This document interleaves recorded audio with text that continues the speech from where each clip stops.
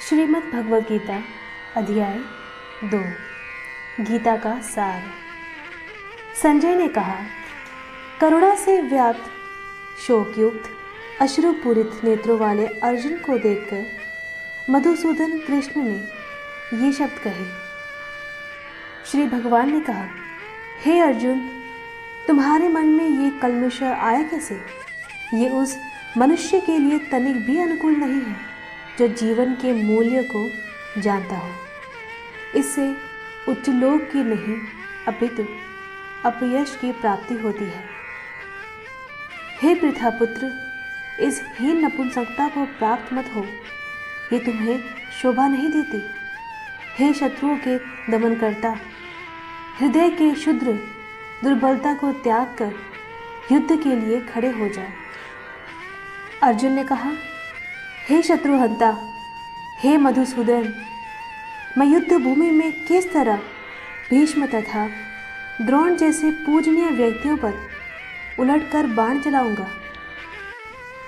ऐसे महापुरुषों को जो मेरे गुरु हैं, उन्हें मारकर जीने की अपेक्षा इस संसार में भीख मांगकर खाना अच्छा है। भले ही वे सांसारिक लाभ के इच्छुक हों, किंतु हैं तो गुरुजन ही। यदि उनका वध होता है तो हमारे द्वारा भोग्य प्रत्येक वस्तु उनके रक्त से सनी होगी। हम ये भी नहीं जानते कि हमारे लिए क्या श्रेष्ठ है, उनको जीतना या उनके द्वारा जीते जाना।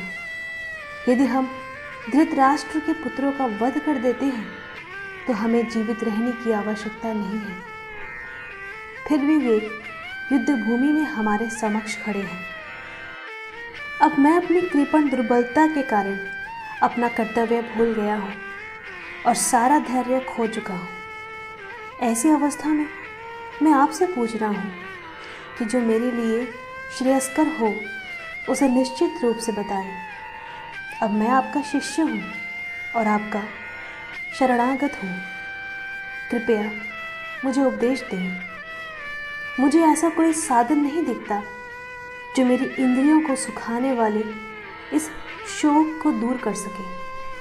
स्वर्ग पर देवताओं के आधिपत्य की तरह ही धन धान्य संपन्न सारी पृथ्वी पर निष्कंटक राज्य प्राप्त करके भी मैं इस शोक को दूर नहीं कर सकूंगा। संजय ने कहा, इस प्रकार कहने के बाद शत्रुओं का दमन करने वाला अर्जुन कृष्ण से बोला, हे गोविंद, मैं युद्ध नहीं करूंगा, और चुप हो गया।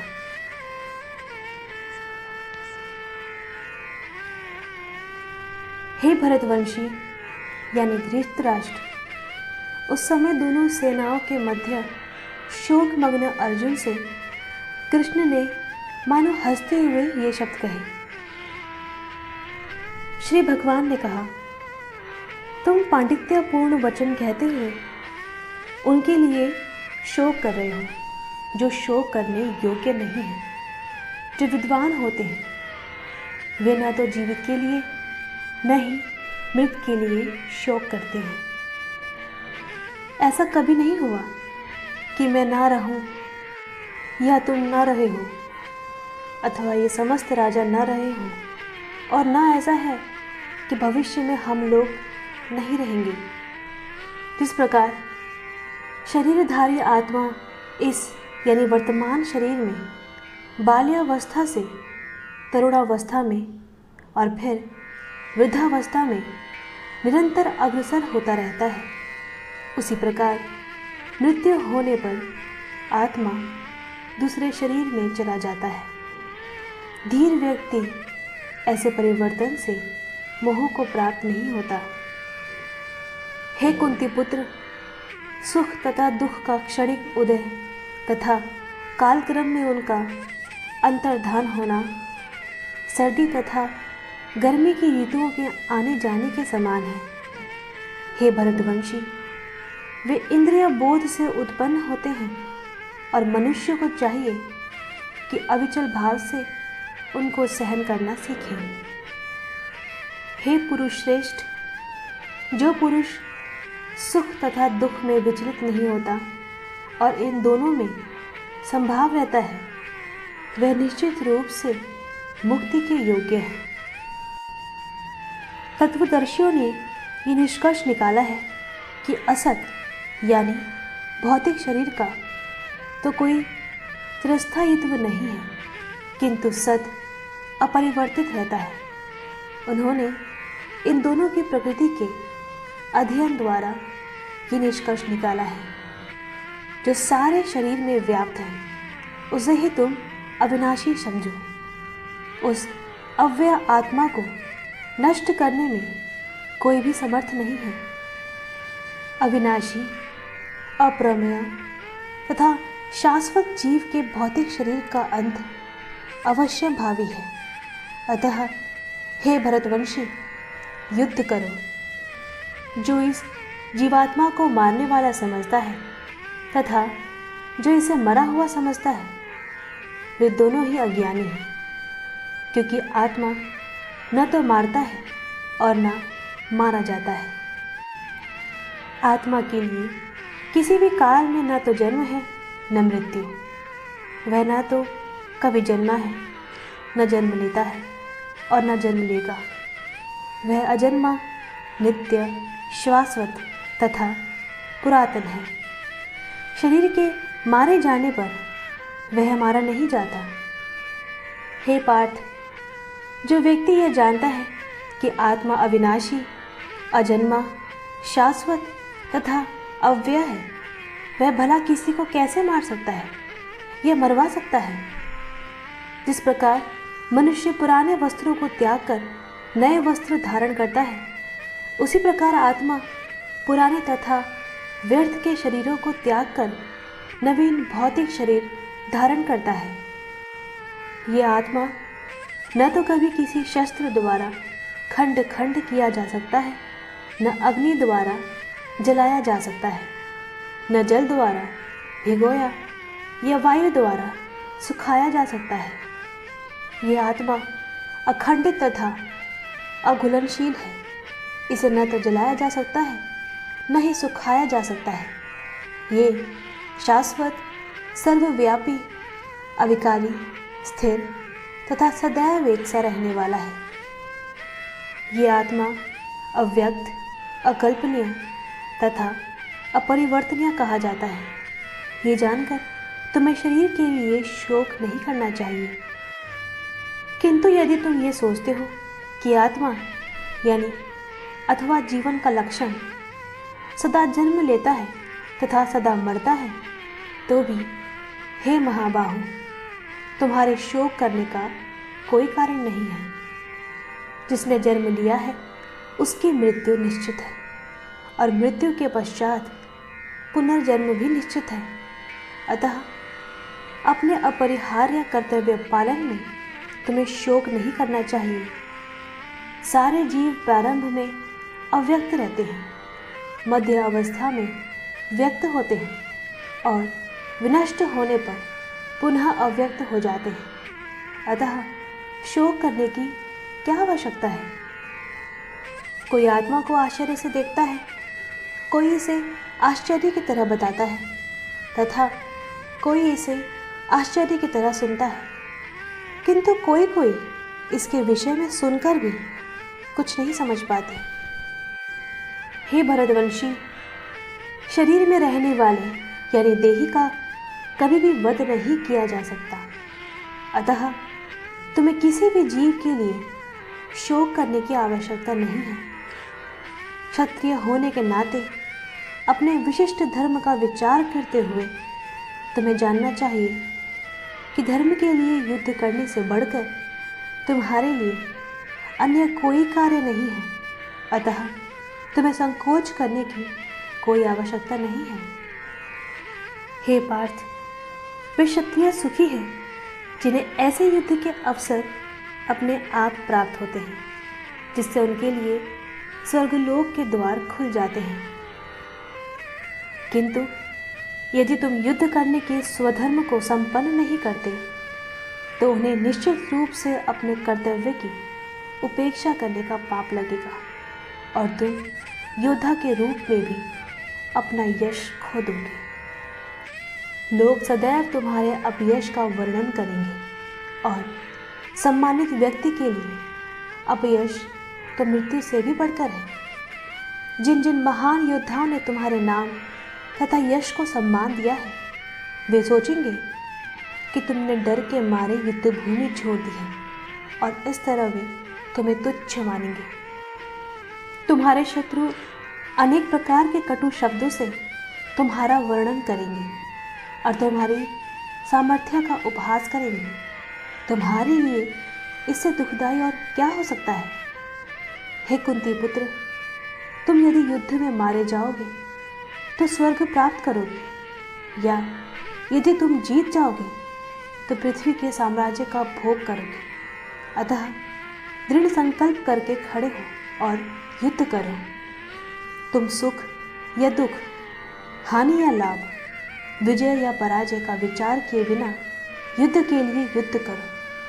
ऐसा करने पर तुम्हें कोई पाप नहीं लगेगा। यहाँ मैंने वैश्लेषिक अध्ययन यानी सांख्य द्वारा इस ज्ञान का वर्णन किया है। अब निष्काम भाव से कर्म करना बता रहा हूँ, उसे सुनो। हे प्रथापुत्र, तुम यदि ऐसे ज्ञान से कर्म करोगे तो तुम कर्मों के बंधन से अपने को मुक्त कर सकते हो। इस प्रयास में न तो हानि होती है, न ही ह्रास।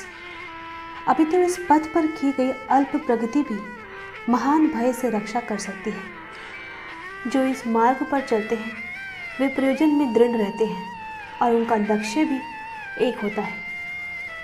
हे कुरुनंदन, जो दृढ़ प्रतिज्ञा नहीं है उनकी बुद्धि अनेक शाखाओं में विभक्त रहती है। अल्पज्ञानी मनुष्य वेदों के उन अलंकारिक शब्दों के प्रति अत्यधिक आसक्त रहते हैं जो स्वर्ग की प्राप्ति, अच्छे जन्म, शक्ति इत्यादि के लिए विविध सकाम कर्म करने की संस्तुति करते हैं। इंद्रिय तृप्ति तथा ऐश्वर्यमय जीवन की अभिलाषा के कारण वे कहते हैं कि इससे बढ़कर और कुछ नहीं है। जो लोग इंद्रिय भोग तथा भौतिक ऐश्वर्य के प्रति अत्यधिक आसक्त होने से ऐसी वस्तुओं से मोहग्रस्त हो जाते हैं, उनके मनों में भगवान के प्रति भक्ति का दृढ़ निश्चय नहीं होता। वेदों में मुख्यतया प्रकृति के तीनों गुणों का वर्णन हुआ है। हे अर्जुन, इन तीनों गुणों से ऊपर उठो, समस्त द्वैतों और लाभ तथा सुरक्षा की सारी चिंताओं से मुक्त होकर आत्मपरायण बनो। एक छोटे से कूप का सारा कार्य एक विशाल जलाशय से तुरंत पूरा हो जाता है। इसी प्रकार वेदों के आंतरिक तात्पर्य जानने वाले को उनके सारे प्रयोजन सिद्ध हो जाते हैं। तुम्हें अपना कर्तव्य करने का अधिकार है, किंतु कर्म के फलों के तुम अधिकारी नहीं हो। तुम न तो कभी अपने आप को अपने कर्मों के फलों का कारण मानो, न ही कर्म न करने में कभी आसक्त हो। हे अर्जुन, जय अथवा पराजय की समस्त आसक्ति त्याग कर संभाव से अपना कर्म करो। ऐसी समता योग कहलाती है। हे धनंजय, भक्ति के द्वारा समस्त गर्हित कर्मों से दूर रहो और उसी भाव से भगवान की शरण ग्रहण करो। जो व्यक्ति अपने सकाम कर्म फलों को भोगना चाहते हैं वे कृपण हैं। भक्ति में संलग्न मनुष्य इस जीवन में ही अच्छे तथा बुरे कार्यों से अपने को मुक्त कर लेता है। अतः योग के लिए प्रयत्न करो, क्योंकि सारे कार्य कौशल यही है। इस तरह भगवत भक्ति में लगे रहकर बड़े बड़े ऋषि मुनि अथवा भक्तगण अपने आप को इस भौतिक संसार में कर्म के फलों से मुक्त कर लेते हैं। इस प्रकार वे जन्म मृत्यु के चक्र से छूट जाते हैं और भगवान के पास जाकर उस अवस्था को प्राप्त करते हैं जो समस्त दुखों से परे है। जब तुम्हारी बुद्धि मोहरूपी सघन वन को पार कर जाएगी तो तुम सुने हुए तथा सुनने योग्य सबके प्रति अन्य मनस्क हो जाओगे। जब तुम्हारा मन वेदों की अलंकारमयी भाषा से विचलित न हो और वह आत्म साक्षात्कार की समाधि में स्थिर हो जाए, तब तुम्हें दिव्य चेतना प्राप्त हो जाएगी। अर्जुन ने कहा, हे कृष्ण, अध्यात्म में लीन चेतना वाले व्यक्ति यानी स्थित प्रज्ञ के क्या लक्षण हैं? वह कैसे बोलता है तथा उसकी भाषा क्या है? वह किस तरह बैठता और चलता है? श्री भगवान ने कहा, हे पार्थ, जब मनुष्य मनोधर्म से उत्पन्न होने वाली इंद्रिय तृप्ति की समस्त कामनाओं का परित्याग कर देता है और जब इस तरह से विशुद्ध हुआ उसका मन आत्मा में संतोष प्राप्त करता है, तो वह विशुद्ध दिव्य चेतना को प्राप्त कहा जाता है, जो त्रय तापों के होने पर भी मन में विचलित नहीं होता अथवा सुख में प्रसन्न नहीं होता और जो आसक्ति, भय तथा क्रोध से मुक्त है, वह स्थिर मन वाला मुनि कहलाता है। इस भौतिक जगत में जो व्यक्ति न तो शुभ की प्राप्ति से हर्षित होता है और न अशुभ के प्राप्त होने पर उससे घृणा करता है, वह पूर्ण ज्ञान में स्थिर होता है। जिस प्रकार कछुआ अपने अंगों को संकुचित करके खोल के भीतर कर लेता है, उसी तरह जो मनुष्य अपनी इंद्रियों को इंद्रिय विषयों से खींच लेता है, वह पूर्ण चेतना में दृढ़ता पूर्वक स्थिर होता है। देहधारी जीव इंद्रिय भोग से भले ही निवृत्त हो जाए, पर उसमें इंद्रिय भोगों की इच्छा बनी रहती है, लेकिन उत्तम रस के अनुभव होने से ऐसे कार्यों को बंद करने पर वह भक्ति में स्थिर हो जाता है। हे अर्जुन, इंद्रियां इतनी प्रबल तथा वेगवान हैं कि वे उस विवेकी पुरुष के मन को भी बलपूर्वक कर लेती हैं, जो उन्हें वश में करने का प्रयत्न करता है।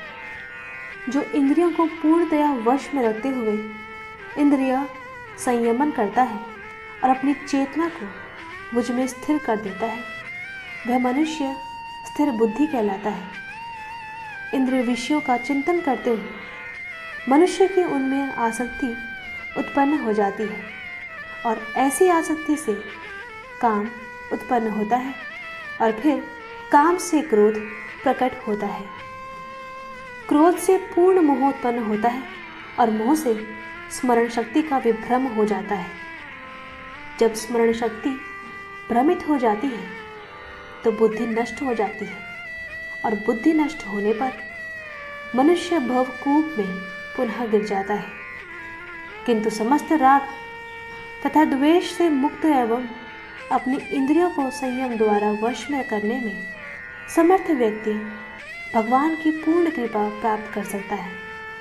इस प्रकार से कृष्ण भावनामृत में तुष्ट व्यक्ति के लिए संसार के तीनों ताप नष्ट हो जाते हैं और ऐसी तुष्ट चेतना होने पर उसकी बुद्धि शीघ्र ही स्थिर हो जाती है।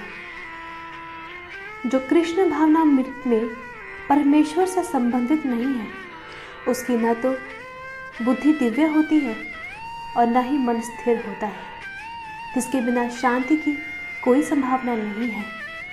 शांति के बिना सुख हो भी कैसे सकता है? जिस प्रकार पानी में तैरती नाव को प्रचंड वायु दूर बहा ले जाती है, उसी प्रकार विचरणशील इंद्रियों में से कोई एक जिस पर मन निरंतर लगा रहता है, मनुष्य की बुद्धि को हर लेती है।